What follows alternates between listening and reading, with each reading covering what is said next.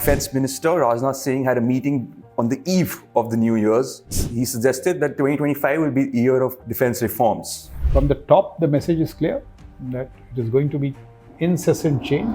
I'm optimistic. Are you? We have been seeing reforms announced in the past as well, but what about their actual implementation? So I'm saying we have to get our National Security Act together, because there is nothing as valuable as national security. Is there a clarity right now, sir, in theaterization and jointness? Because we've been talking about it since 1989. The grey zone, conventional, strategic, nuclear, re-establish deterrence with China, so that it thinks twice before doing anything. You're saying have a national security doctrine? Russia is a $2 trillion economy. The combined West is $41 trillion. The West and Europe. Who's winning the war?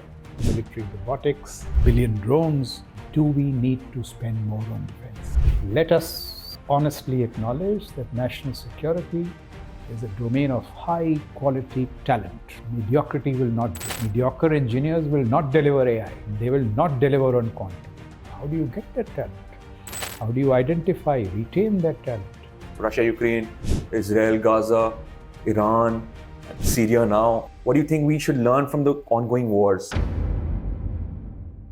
In this special episode, I have the privilege of sitting down with General Raj Shukla, a distinguished former army commander of our track and now an honorable member of the UPSC. With his vast experience and strategic acumen, he offers unparalleled insights into India's defense landscape and global geopolitics. Our conversation revolves around Raksha Mantri Rajnath Singh's visionary call for 2025 as the year of defense reforms. We explore the sweeping changes on the horizon for India's defense sector and national security. What do these reforms entail and how will they reshape our armed forces? How do we implement theaterization and jointness to enhance combat readiness? And whether should India establish a national security doctrine? We also cover about what lessons we can draw from conflicts that we see around the world. Some geopolitical pressing concerns such as the Indo-China border situations and India's evolving deterrence strategy was also discussed. To keep this engaging, General Shukla shares a fascinating story on how Mossad defeated Hezbollah with just 4,000 pages.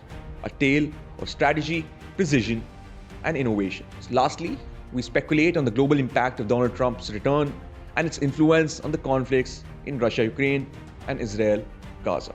This is a conversation packed with insights, strategies, and forward-looking perspective. So buckle up and join us as we chart the course of India's defense journey in the era of transformation. Without further ado, let's get started.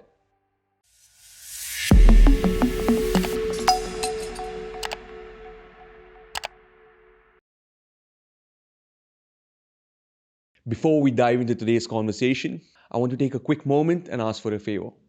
We noticed that 93% of you who watch our content regularly aren't subscribed yet. My promise to you is simple. If you hit that subscribe button, we'll keep working hard to bring thought-provoking conversations, incredible guests, and the topics you really care about the most. It is practically free for you, but it makes a huge difference for us, helping us grow, reach more people, and bring even better content your way.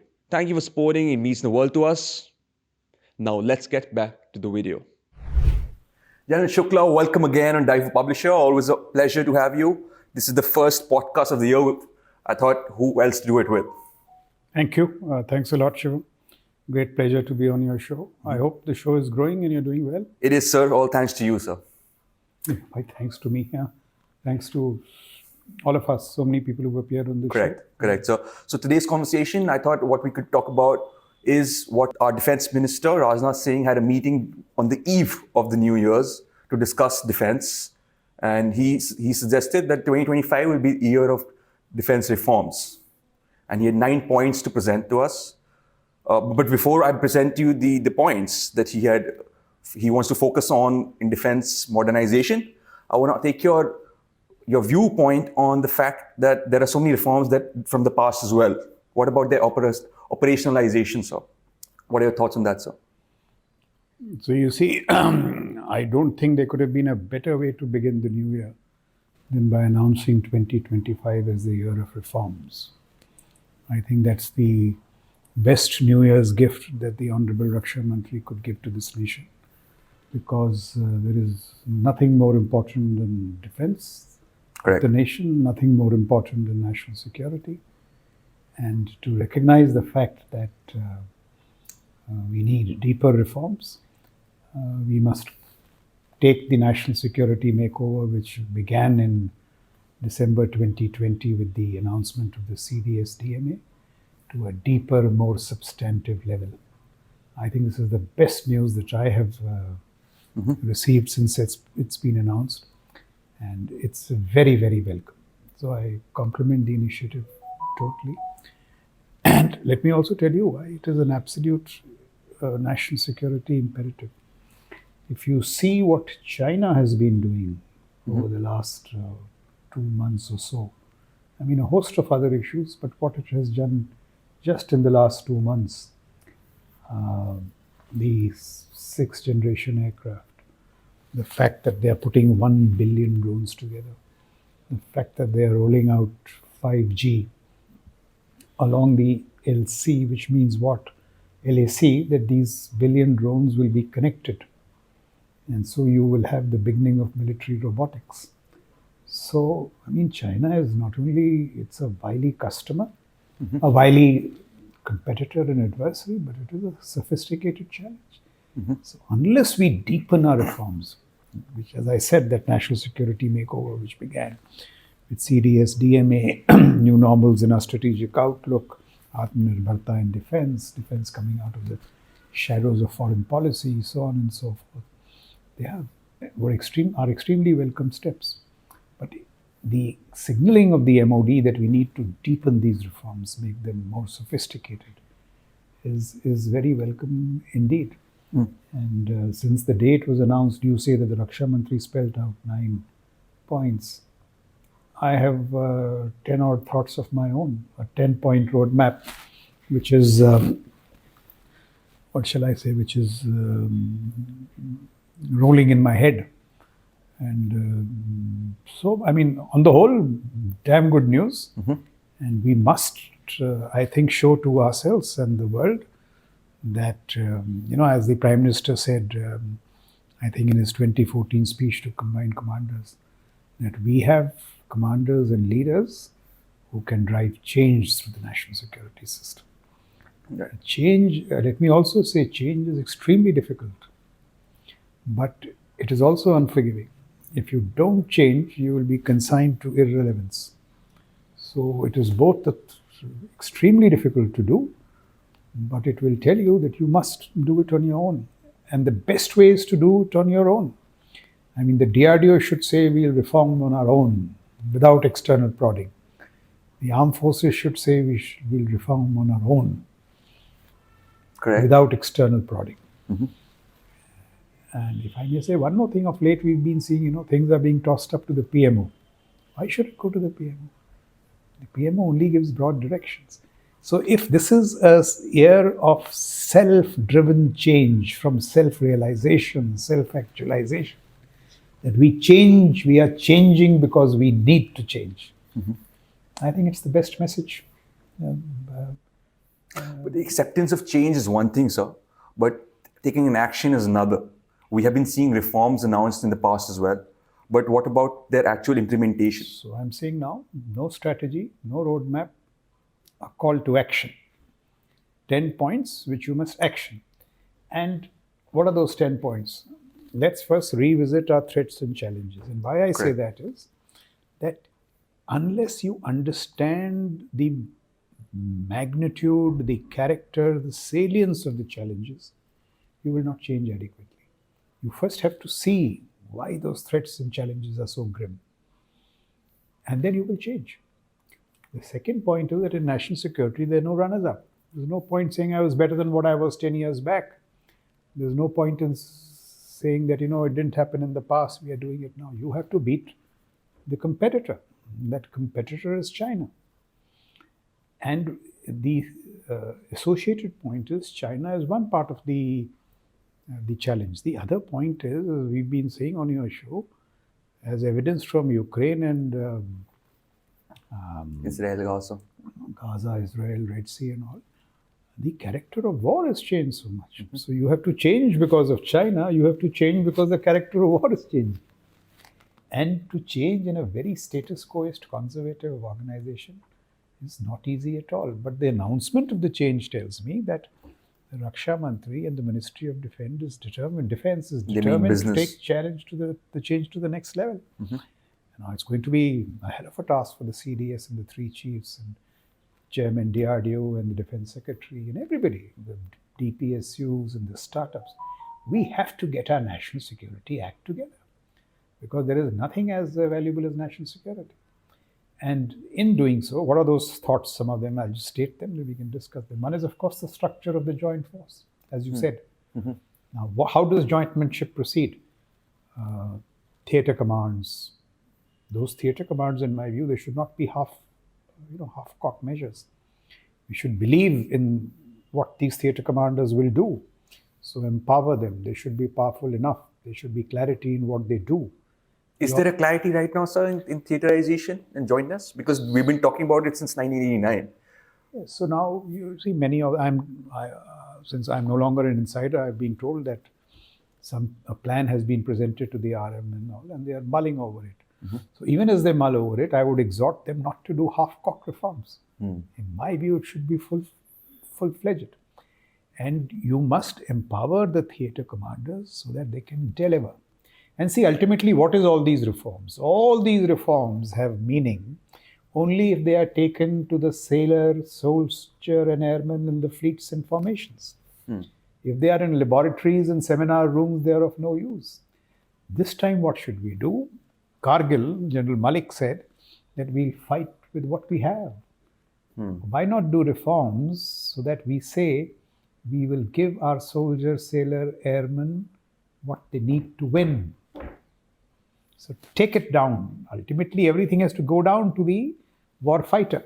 So that's the issue. So whatever structure of the theatre commands, the commanders must be empowered. They must be empowered not to make them powerful, but empowered to make them deliver in combat. And there should be no fears.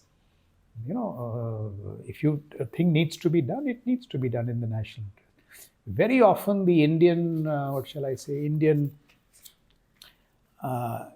choice has been to do reforms hesitantly. If you need to do 5x, do 2x. They should not be incremental. They should be full-fledged, what is required. So, and a whole lot of other things can be done in jointmanship. Re-establishing deterrence.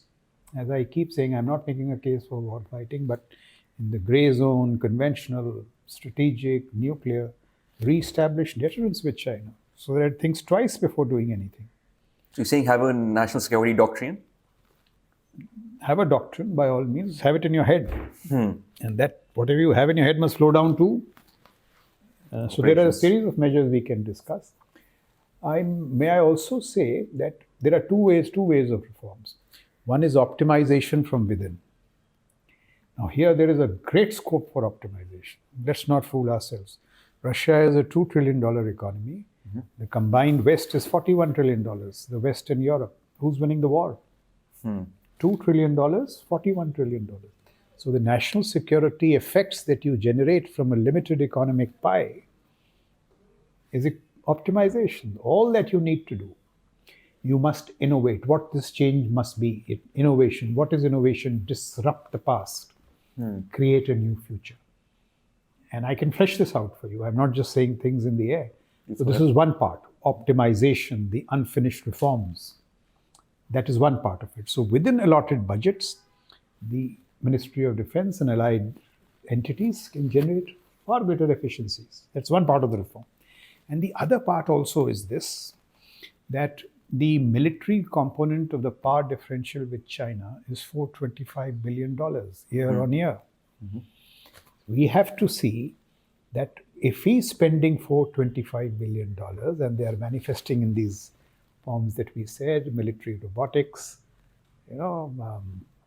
those billion drones, 6th generation aircraft, 66 cabs, 400 ship navy, do we need to spend more on defense?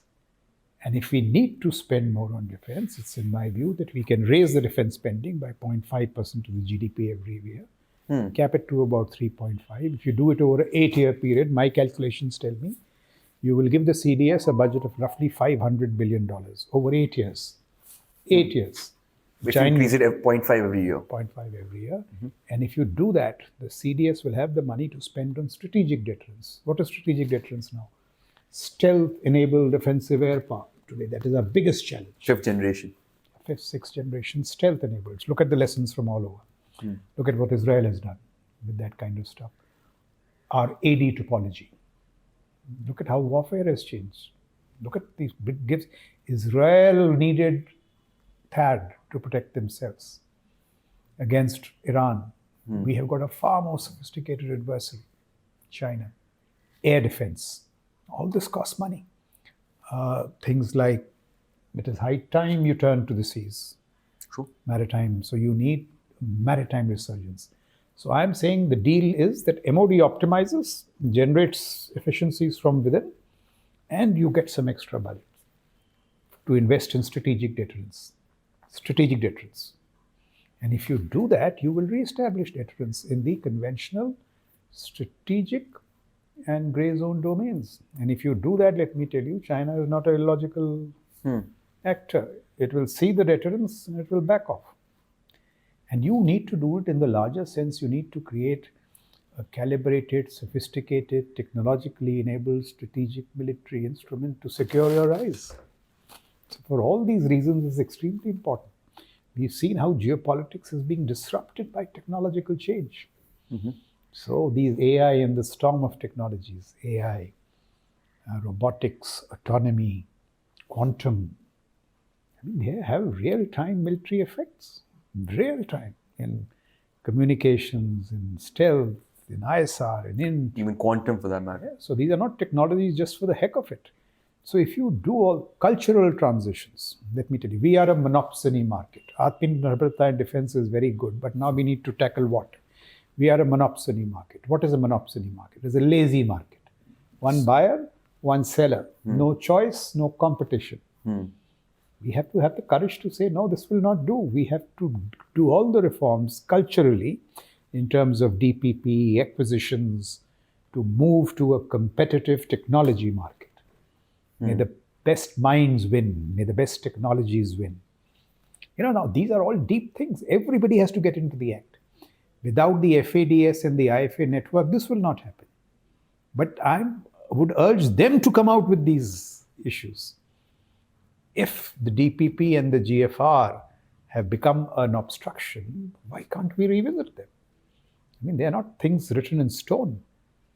So all these issues, you know, cultural transitions, defense allocations, as I said, internal optimization, technological embrace, Atmanirbharta and defense, we've done very well so far. I mean, game-changing things have happened. All that the startups now need is orders, orders, and orders. You give them those orders. Look, that talent will not only create military stuff for you, they will get globally competitive. You talked of HR revamp. Let us honestly acknowledge that national security is a domain of high quality talent. Mediocrity will not do. Mediocre engineers will not deliver AI. They will not deliver on quantum. How do you get that talent? How do you identify, retain that talent?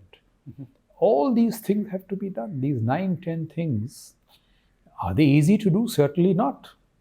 But they just have to be done. So I think the Honorable RM is telling us that we have done a great deal so far, but not good enough. Very honest of him and very nice of him. And I think, may I also say one thing, the politician now has given you enough signals. It is the civil, military, technological, administrative bureaucracies which have to get their act together. I mean, say if I am the DRDO chief, why can't I reform? If I'm the FADS or the senior most accounts officer, you did some things for a particular time. I'm not blaming you, but now you have to change. But they're too comfortable with the ongoing process. That's why they don't. Either the threat is not understood, so the need for change is not understood. So you stick to your old ways. But if you see the threats, look at China. Look at the character of war. Look at what's happening in Bangladesh, Myanmar, and you see national security, challenges. But the threat has always been there. So. No, China was never so powerful. China has become powerful. It is becoming more powerful. The lag, which was growing linearly, is now going exponentially. If you don't take positive measures to arrest the lag, let us just deal with all the arguments that are offered against change. That's a good way of saying it. Okay. So if China is changing so much, if it can do so much, why can't we do it? China has innovated. Look at these Or markets. stolen, if you could say that. That is one excuse. They stole at one time, then they innovated. I'm saying you steal, yeah, but at least steal intelligently. You have got to deliver now. You have to deliver. That's the point. But should it be at the expense of the internal Now it's growth? also not money. We made this point many times. USA has got $975 billion. Cost effectiveness of delivery. Why, for example, one of the biggest critiques of our military-industrial complex is that its costs are certainly not competitive. They are far higher than even Pakistan. Let's get to that honesty. Why are those products not competitive? And why should I pay more for that same product? It goes from my budget. So you have to do everything. Look at China. Chinese defense primes get only 17% of their earnings from the PLA. The rest they are told that you have a commercial arm, compete in your markets. Look at that. So you are telling him, of course, you will give me, I will take from you, but also compete. Become efficient. This monopsony market has to go. You have created a market where one buyer, as I said, one seller, no choice, comfortable, lazy, it just has to go. If we have to deal with that China challenge. So for all these reasons, I think this call to action is brilliant, but it's not going to be easy. Change has never been easy. Right. But once you achieve change... Correct. So you mentioned the China threat and China's growth militarily and in terms of the infrastructure for defense. But what about they are giving away their internal growth in terms of not growing internally. So they are focusing more on the defense. Is that the right approach? And should a democracy like India focus on this on it like that as well? And not worry about the internal dynamics? No, of course you must worry about your internal dynamics. Who's saying that? But the point that I'm making is that should your economic statecraft also not factor national security challenges? Of course. Is it not wise? Should national security be an afterthought? That after you've dispersed the economic pie, national security? I keep saying deterrence is costly. Yeah. Wars will be costlier. You don't spend now, you will end up spending more later if deterrence breaks down. So, the economic and the military argument complement each other. They are not contrarian. They are not against each other. But the So dynamics... China, in this face of economic challenges, is finding the money that it needs to spend on defense. That's the logic. The dynamics of war has also changed if you understand the new age warfare. Everything. See, I've said optimize within. Have I not said it? Yes. There are a lot of ways to optimize within. I'm saying cost-effective delivery. The military-industrial complex is overpriced in our case. You have to get your costs competitive. I'm making all these arguments. But I'm also saying at the same time, you need some money for your strategic deterrence. So it's a composite argument. Therefore, these national security reforms have to be deep. And you forget China for a moment. Do it for your own sake, yeah? Do it for your own sake. But the argument in China has used defense to pump prime its economy. With exports. Yeah, so it has to be done in a very sensible, thoughtful manner. Another thing that the reform list mentioned was the public-private partnership, which you speak about a lot as well. So do you want to talk a little about that? Of course.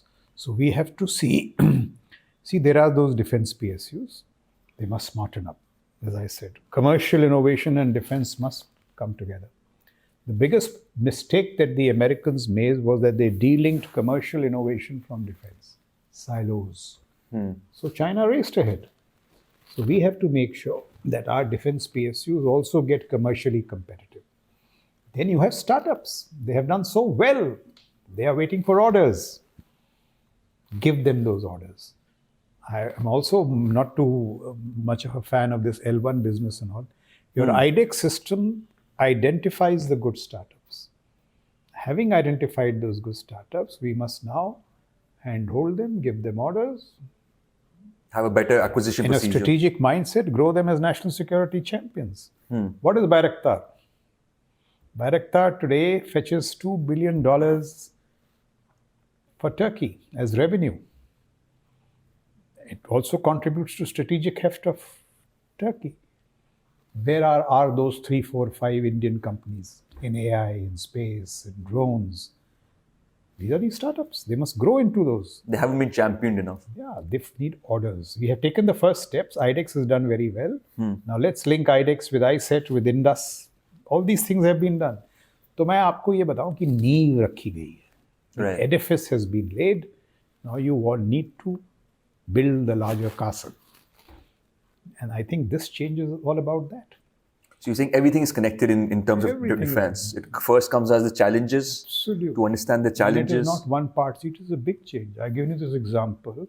If the Chinese military industrial complex is 5 to 6 times more efficient than the US today. Is it? It is. It is because the Chinese civil manufacturing, which was half, the capacities which were half of those of the USA in 2014, by 2022, they become twice. So because the civil military industrial complex goes, the multiplier effects come into the military industrial complex. एक हमने बड़ी गलती की democracies ने dual use civil military को अलग करके. China has just been smart. They said, what nonsense, civil military fusion. And today all technologies lie at the cusp of civil military fusion. Let's take this technology piece. Look what China does. I mean, this is mind-boggling. It must be appreciated so that we can do better. 2003 to 2007, if you see the ASPE critical technology tracker, America leads in 60 out of 65. Mind-boggling. Just streets ahead. 2003 to 2007. 2019 to 23, because all these things the Chinese did, which the rest of the world was saying, nahi ho sakta, especially democracies, democracy mein nahi ho sakta, bahane maar rahe the. What did China do? 2019 to 2023, they lead in 57 out of 65. Look at the dramatic inversion. Now, what is the good news?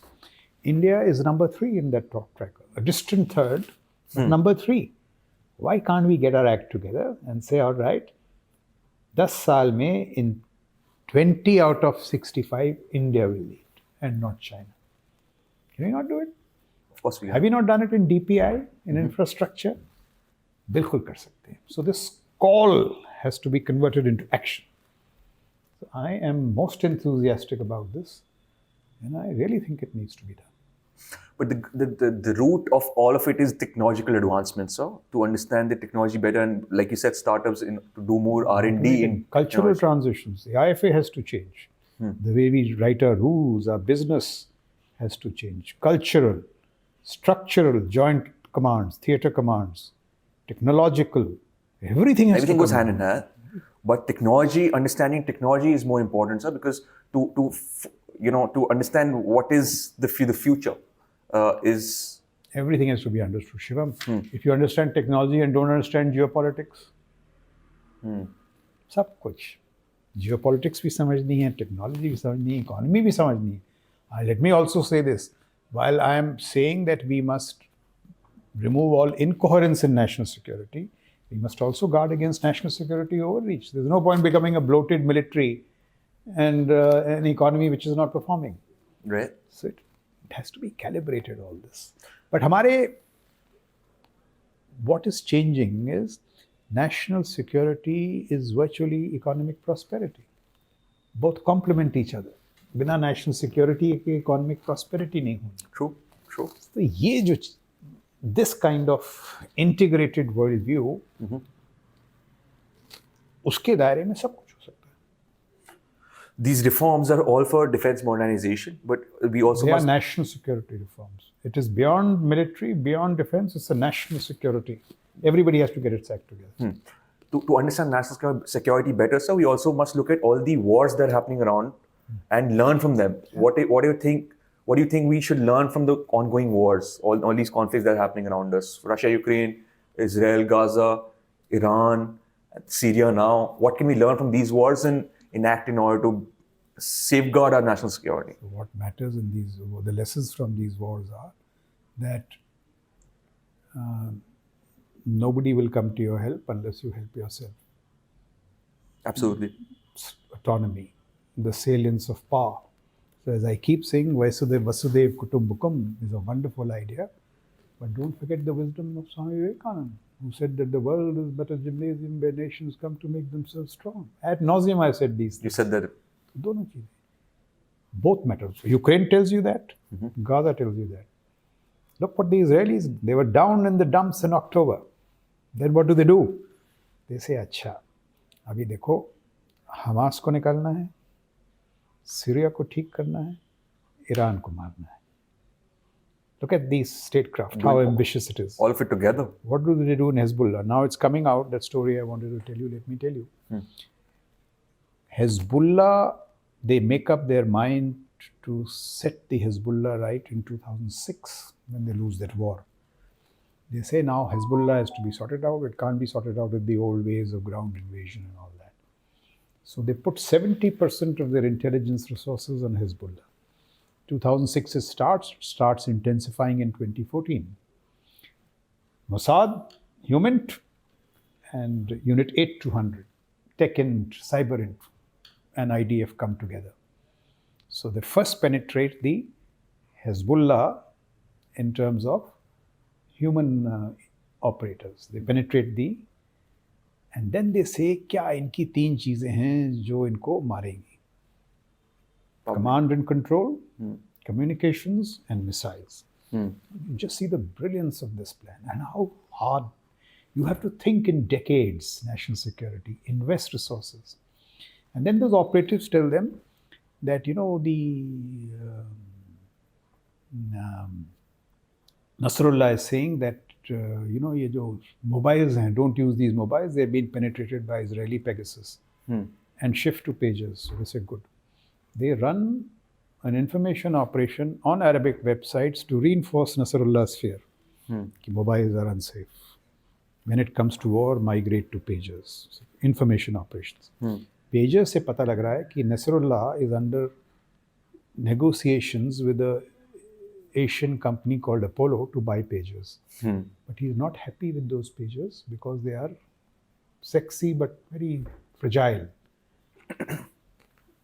This intelligence network of the Israelis, they employ cover agents, create identities, and most important, commercial business networks to penetrate Hezbollah. So, Israeli intelligence fronts a company which says we ruggedize pagers. And now tell them. और वो ruggedization plan का contract जीत के उन pager में explosive भरते हैं. और भर के they keep quiet. So now these pagers will ultimately target 5,000 commanders. Then they say they are using ICOM sets for their 15,000 troops, the rank and file. उस ICOM set में similarly penetrate करके award जीत के उनके उसमें explosive डालते हैं. ये ऐसे नहीं हुआ है this. It's big game. Big game, long-term thinking.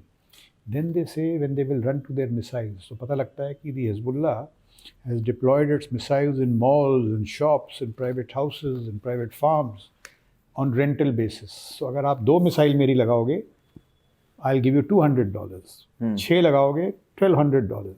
They penetrate this missile rental network. And having penetrated, they put geolocators on them. Now they say, कि भाई, all this will happen only if we push Nasrullah into war. So a German interlocutor is sent to Nasrullah. Nasrullah says, no matter what I do, the Israelis will not go to war with me after the bloody nose they suffered in 20. So Netanyahu is being pushed by Gallant and all to go to war. But he's hesitant. Escalation, this, that. In the meantime, one Iranian agent, technical operative, senses that there is something wrong. Not Iranian, Hezbollah. Hezbollah is, there's something wrong. ये कुछ गड़बड़ हो रहा है इस सब चक्कर में. 48 hours later, the Mossad assassinates him. Look at it, putting all this together. Yet these fears grow, and 4 or 6 of these ICOMs and pagers are sent to Tehran for deeper investigation. 8-200 alerts Mossad. Mossad chief goes to Netanyahu and says, our cover is being blown. You have 2 weeks. Use it or lose it. Ya to istemal karo, you're gone. So Netanyahu is persuaded, pushed into this. The pager attack. And when they do the attack,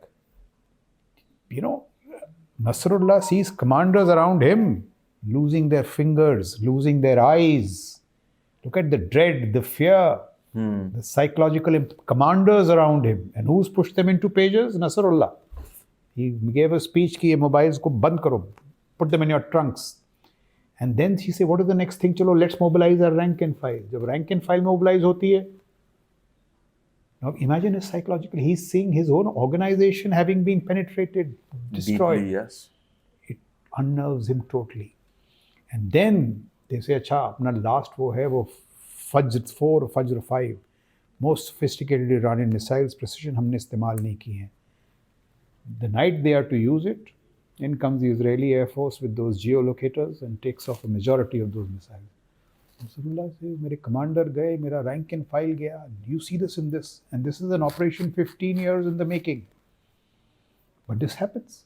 Finally, Nasrullah says, he's being persuaded to leave his bunker. He says, the Israelis will not hit me in my bunker. They can do anything because it is too escalatory. An Iranian general flies to persuade him. But he says no. As Netanyahu is ascending the podium to address the UN General Assembly, the Mossad chief tells him, this is the time to take out Nasrullah. Tomorrow morning he's moving out. Reluctantly, Netanyahu says yes. As he ascends the podium, F-14s fly, 85 tons, take out Nasrullah. Nasrullah and the Iranian general are found in embrace the next morning.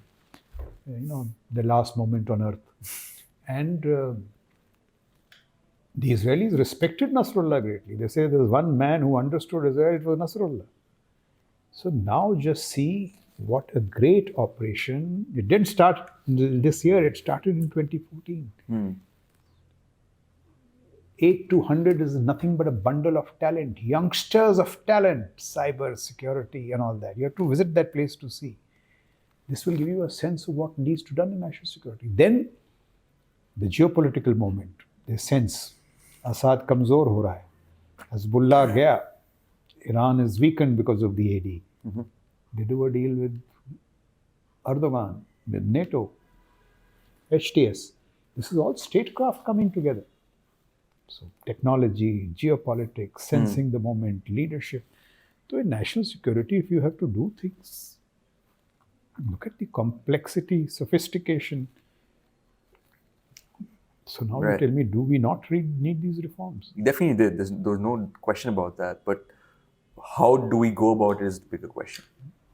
Just as I told you. And just as we've done in DPI. Just as we've done in CDS, DMA. CDS, DMA. So many things. Are Indians incapable of changing? We are reluctant to it. But now we should see the wisdom of it.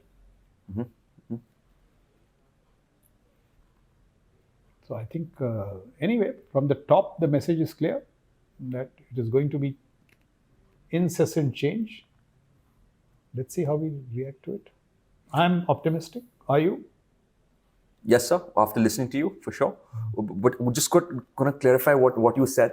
You said these reforms are for all these challenges that we have, the threats that we have from China and Pakistan, and they will increase our deterrence. And everything has to go hand in hand. I'm saying the challenge is such that you have to re-establish your deterrence. What did Israel do with all these actions? It re-established deterrence. It's telling Iran, don't mess with me. It's telling the proxies, don't mess with me. But they have also reacted. Shouldn't they have acted far before? Yeah. Is our deterrence not enough at the moment, sir? How would you rate our deterrence as of 2025? It needs to be re-established in all these domains. If their numbers are growing, if their technologies are growing, don't we need to do something about it? So I would say it needs to be re-established. conventional, grey zone, particularly strategic, offensive air power, AD topology, drones. For that you need extra funding, that $500 billion about 8 years, which is my economic calculation. You have to find the money. It's not a matter of whether you can afford it. You just have to find the money. So I'd like to share perspective on how the world war is going to change now. It's not going to be same as what we saw in the 19th century, to 20th century. 21st century world war is going to be different. It's going to be more of proxy wars. We see it going all around the world. So there's 115 conflicts around the world. Most of them proxies. Do you think, is that the new way of World War III? That's how the World War III looks like? I mean, through proxies. It may be proxy in a larger sense, but ultimately Ukraine is fighting Russia. And in that fight between Ukraine and Russia, people are dying. Manpower matters. So I am saying that the war has changed greatly and war has also not changed. So trench warfare exists. Manpower continues to be salient. Blood and gore continues to be salient. Artillery matters. Air power matters. So do technologies matter. So I'm saying trench warfare, Cold War era legacy systems, and bleeding technologies, bleeding edge technologies, everything you need to put together. So this assumption of the past that manpower doesn't matter is wrong. This assumption of the past that wars will be short and swift, so you don't need inventories, not true. 1,000 years in the war. That is what makes national security so complex. And that is why nations get it right once in 600 years. So every nation doesn't become great. So while I'm an optimist, I'm also laying out the bare knuckles of the challenge. It is a huge challenge. So do you think Trump coming in power this month could change a lot of dynamics of the wars around us? I mean, see, Trump is the president of the most powerful country in the world. But Trump is not going to come to our aid in any way. We have to help ourselves. So how is Trump going to alter India's strategic futures in a substantive way? I don't see. We have to take care of our futures. We have to change. We have to find the monies. And there is nothing like, power. If you are powerful, Trump will respect you. If you are not powerful, even Trump will not respect you. True, very true. So since we spoke about our threats, we are seeing another threat. I'm saying threats and challenges, which means there are opportunities also. Correct. We are seeing this threat. Is China not an opportunity for us? Of course it is. It is an opportunity for us to change, to get our in different levels also, in terms of our export and import also. Everything, industry, technology, economics, sab kuch. What I'm trying to ask you, sir, is that we see another threat brewing in Bangladesh where they are collaborating militarily with our biggest enemy, Pakistan. And how can we safeguard ourselves there in Bangladesh? So, of course, so this is why I'm pointing to the great complexity of this. There is China. There is collusivity, Pak-China. In Bangladesh, there is triple collusivity now. Pak, Bangladesh, China. Possibly US. तो भाई ये तो हकीकत है दुनिया की, ये सब चीज़ें होंगी. Myanmar. The Janta's footprint is reducing. The Brotherhood Alliance is expanding. Arakan army is now on the Bangladesh border. You are just reinforcing my point. Right. We need to change even more. Change faster. Correct. So last question. If there was, because you read a lot, you've been reading a lot about this technology, new age warfare. If there was one book that you would like our leadership, military leadership, bureaucrats, policymakers to read, so that they understand the threats and they understand the reforms better, what book would that be, sir? No, who am I to suggest? They are all men of great eminence. Any book that you think has a lot of value? I am not here to preach to anybody. I have full confidence that our CDS, our chiefs, the chairman DRDO, the defense secretary, they will do their bit. They will reform. I am sanguine that they will reform, they will lead the change. Books, there are so many books to read, but if there was one standout book of the last year, I think it was Nexus by Yuval Harari. That must be read. And in the context of change, Unit X by Raj Shah. It tells you how Pentagon is changing. We have a very similar disposition. And there is a lovely paper on defense reformation by a chap called Shyam Shankar, a CTO of Palantir. Now look at that. Who's leading all this change? Indians. Raj Shah, Shyam Shah. Raj Shukla. Raj Shukla, Shiva Maria. We must all change. We must change not because somebody else is asking you to do change. Change because your body and soul tells you that you need to change. That is the change argument. So these are, some of the reading. But I'll tell you one more thing. So last week in the Speaking Tree, this column in the Times of India, it said that Vidya is not knowledge. So see, every day you learn. Vidya is clarity. Not merely what you read, but the clarity that you get from what you read. Our change today needs clarity. True. क्या करना है, क्या prioritize करना है, किन चीज़ों में नहीं उलझना है. Clarity. So कैसे करना है? Reading, yes, but clarity. We need men of vision and clarity. And that is another challenge. Talent. तो आप देखिए कितना. Since change is so challenging, it was also so exciting.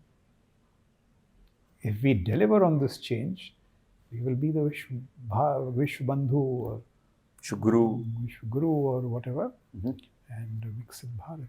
But don't we owe it to our motherland, to our countrymen? We owe them this change. Absolutely, sir. And most of all, we owe this change, as I say, to ourselves, to the soldier, sailor, and airman in the field who places so much trust in you. Absolutely, sir. This is a very important conversation that we had today.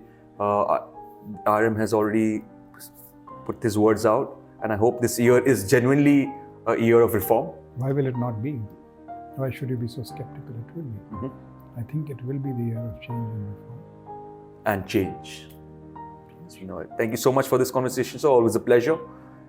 I hope there was some value out of this conversation for the audience. It was for me, for sure. Thank you so much. Thank you so much, and thank you for the opportunity, Shivam. As always, great pleasure to be on your show. Thank you so much, Sergi. We at DOAP are working really hard to take this podcast to the next level. Our guests are going to get even better. Our production quality is going to get even better. And hopefully, I'm going to get even better too. Most importantly, we are committed to being consistent and continue to do what we love the most. Until then, keep reimagining yourself and know that the power of change lies within you. Jai Hind.